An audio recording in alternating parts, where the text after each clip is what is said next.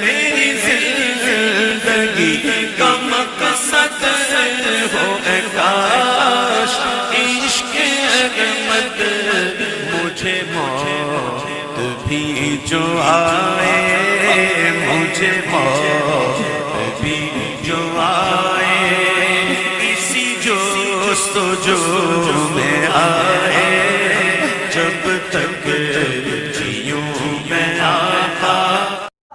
أما بعد أعوذ بالله من الشيطان الرجيم بسم الله الرحمن الرحيم إن الله وملائكته يصلون على النبي يا أيها الذين آمنوا صلوا عليه وسلموا تسليما السلام عليك يا سيدي يا رسول الله وعلى آلك وصحبك يا سيدي يا حبيب الله.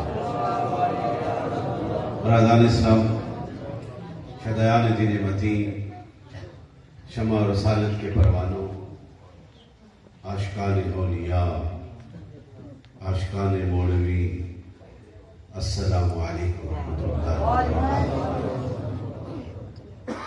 اس رب کائنات کا لاکھ لاکھ شکر ہے، اس کی عنایات، اس کی برکات، اس کی رحمتوں کا بے پناہ کرم ہے، جو رحمان ہے، جو رحیم ہے، جو دلوں کے رازوں سے باخبر ہے اور جسے چاہتا ہے اپنے نور کے جلووں سے نواز دیتا ہے. اس آقا مدنی تاجدار، نور مجسم، کائنات کے والی، نبیوں کے سردار، بے سہاروں کے سہارا، the most merciful and the mercy for the mankind. شانوں والا نبی، ان کی بارگاہ میں یہ میں سلام پیش کرتا ہوں. اور اس آقا کا یہ کرم، گنبد خضرا کے مکی کی عنایات اور بے پناہ رحمتوں کا یہ فیض کہ جب صبح ہوتی ہے پھر مستیوں کے ساتھ ذکر رسول میں مست ہو کر سفر کرتے ہیں. رات گئے تک ذکر ہوتا ہے، صبح پھر تیار ہو جاتے ہیں. یہ کرم نہیں تو اور کیا ہے؟ اس کے دل سے پوچھو جس کے دل پہ یہ لگی ہو. یہ کرم ہوتا ہے تو تب یہ بلبلے ہوتے ہیں. اور اس آقا کے نسبت کے ساتھ، اس آقا کے در کے ساتھ، اس آقا مدنی تاجدار کی محبتوں کے ساتھ جو صدق کے دل سے لگ جاتا ہے، جو دل کی عطا گہرائیوں سے آقا مدنی تاجدار کو اپنی منزل بنا لیتا ہے، پھر وہ جہاں بھی بیٹھتا ہے وہ گنبد خضرا کا مکی اس پہ نظر کرم فرما دیتا ہے. ایسے نہیں کہا پتھر دل گلاب نہیں ہوتے، کورے کاغذ کتاب نہیں ہوتے. بلے شاہ جلائیے یاریاں تے 11 نال حساب نہیں. اور جس نے حساب کیا وہ وہی رہ گیا، اور جس نے حسابوں کو چھوڑ کر اس آقا کو منزل بنا دیا، اس آقا کی محبت کو اپنی زندگی کا حصہ بنا دیا، چاہے وہ حضور کے قریب میں بیٹھا رہا پھر بھی آقا بن گیا، اور وہ موڑا شریف کی وادی میں بیٹھا تو پھر بھی آقا. یہ حقیقتیں ہیں. اور یہ نہ سمجھنا کہ 1400 سال پہلے وہ تو ہے ہی کرم والے، انہوں نے تو کرم کو لوٹا ہے، انہوں نے تو رحمتوں کو لوٹا ہے. جس نے ایمان کے ساتھ، میرے آقا کے دل کے ساتھ، میرے آقا کی محبتوں والی چہرے کو دیکھ کر اپنی منزل بنا دیا، وہ تو ہے حضور نے جو فرمایا ہے. حدیث ہے، یہ والے بیٹھے میں صرف سادہ سادے لفظوں میں میسج دینا چاہتا ہوں. کتنا شان والا نبی ملا ہے، کتنی عظمت اور کتنے مقام والا نبی. The creator himself is praising the prophet. اس سے بڑا انعام کیا ہوگا؟ میں تعریف کروں تو کیا، بڑے علم والا تعریف کرے تو کیا. The خالق is the creator himself praising prophet Muhammad. Can you imagine? میرے آقا کا کتنا بڑا مقام ہوگا جب شان سمدیت کا مالک ہو کر ذکر رسول کرتا ہے. تو میں اپنے الفاظ میں کہتا ہوں پھر میرے حضور کا ذکر جو ہے وہ زمان و مکان کی حد بندیوں سے بالا تر ہے.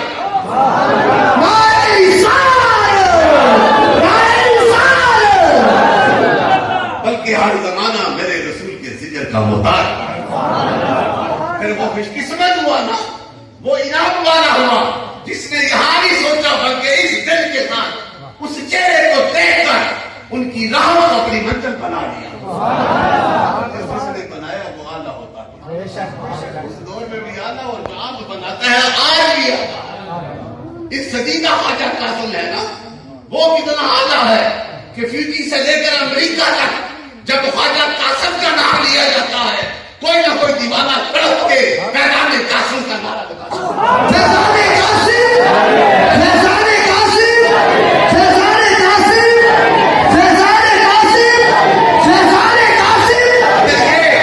اگر اس صدی کے اس اللہ کے ولی کو یہ شان ہے تو پھر تو حضور کے قرب کے جلووں میں بیٹھنے والا ہو اور دل سے چہرہ رسول کو دیکھ کر مستیاں کرتا ہو. ان میں بھی سب سے اعلیٰ جو بنا ہے وہ بھی مومنوں کا ایمان جو ہے, ایمان والوں کا ایمان جو ہے, وہ آپ اور میرا عاشق جو ہے وہ سیدنا ابو بکر صدیق بن جاتا ہے. کیسے مقام ملا ہے. سب نے کہا آرگومنٹس کو یہ ہوا تھا نا حضور نے, that was the beautiful saying of the Prophet of Islam himself regarding to the personality of the Sayyidina Abu Bakr Siddiq. کیا فرمایا ہے؟ نے کہا ہر ایک نے آرگومنٹس کیے تھے, ہاشمیوں نے, قریشیوں نے دلیلیں باقی تھی. ابو بکر تو وہ ہے جس نے بغیر دلیل کو میرے نام کر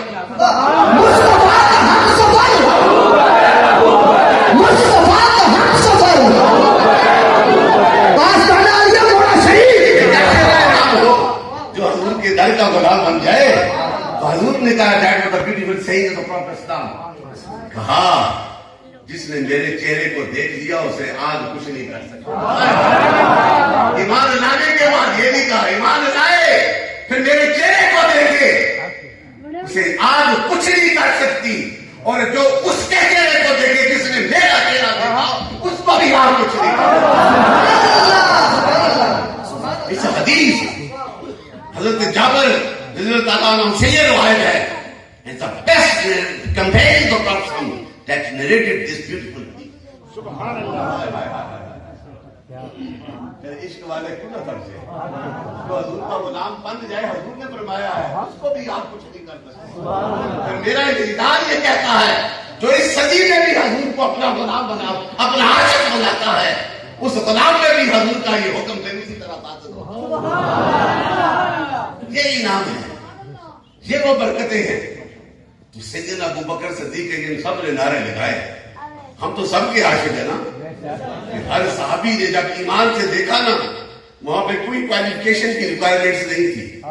اس نے پی ایچ ڈی کی ہے, اس نے جو ہے 7 درس نظامی پڑھا ہے, اس نے اتنی جو ہے تقوی اور پرہیزگاری کو مقام بنایا ہے. ایک ہی تو ہے صدق کے ساتھ ایک جھلک دیکھ لی صحابی رسول بن گیا, شان بن گئی, صحابی کو یہ مقام مل گیا. لیکن جتنا جتنا عشق جس کا اعلیٰ ہوتا رہا اس کے درجے اور بلند ہوتے ہیں.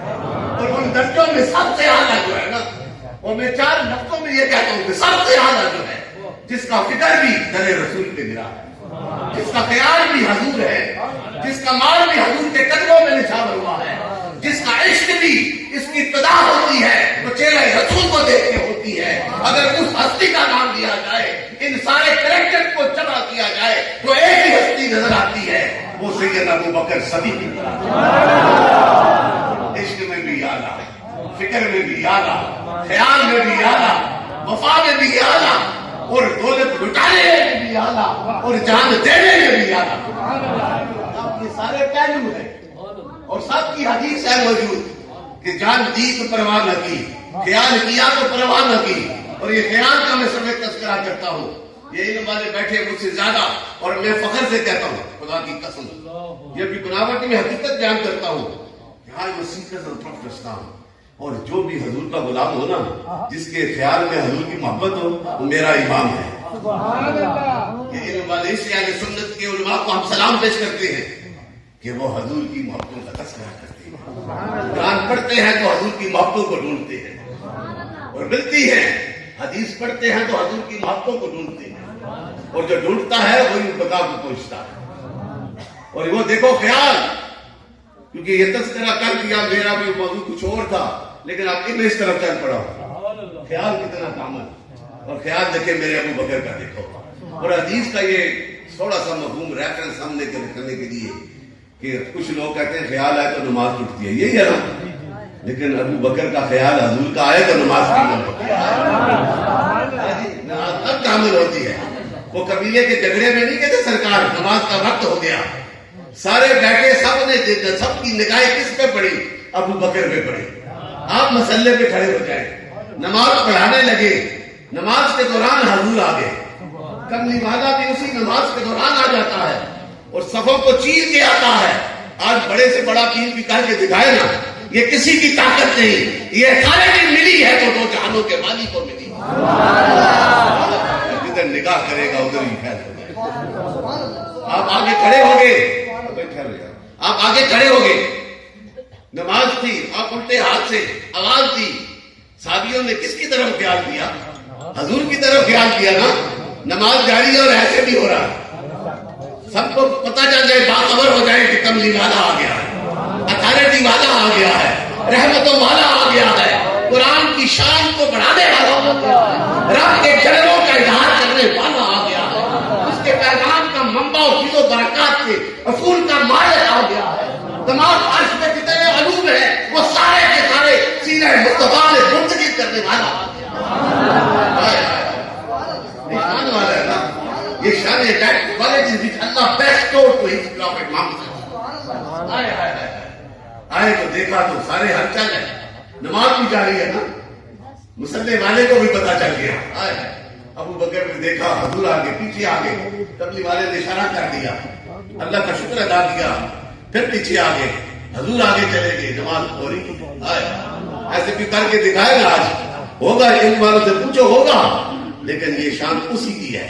اس نبی کا ذکر جتنا کرو گے یہ ادائی ہو رہا.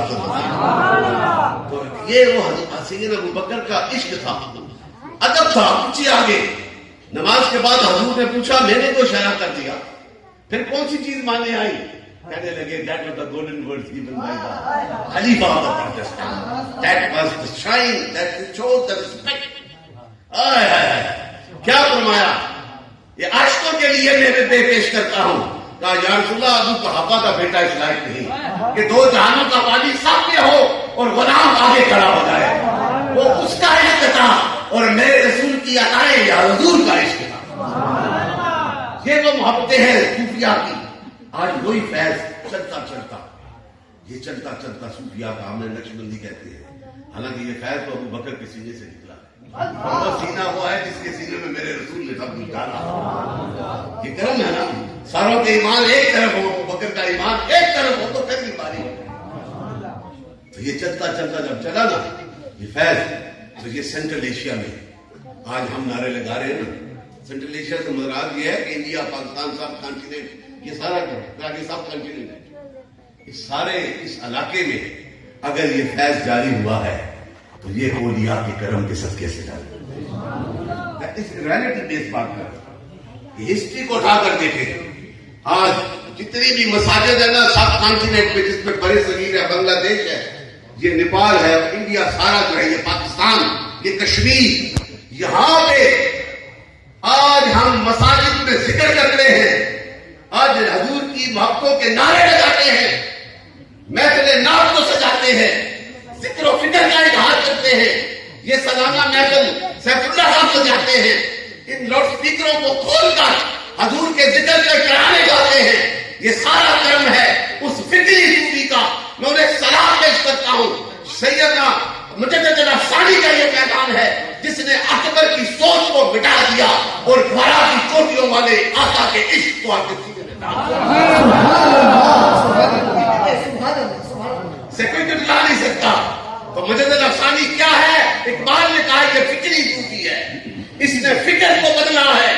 جس اکبر نے دینے الہی چلایا تھا اس کی فکر کو بدلنے والا بھی میرے نبی کا غلام، نقش بندیوں کا تاجدار سیدنا مجدد افسانی تھے، جس نے یہ بھی دیکھا کہ اس کی حکومت اور طاقت جو ہے ہر ایک کو مٹا سکتی ہے.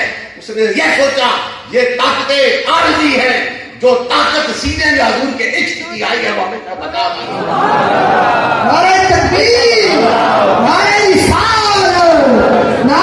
کی بات پھیلانا صدقہ جاریہ ہے. ثواب کی نیت سے ویڈیو کو شیئر ضرور کیجیے.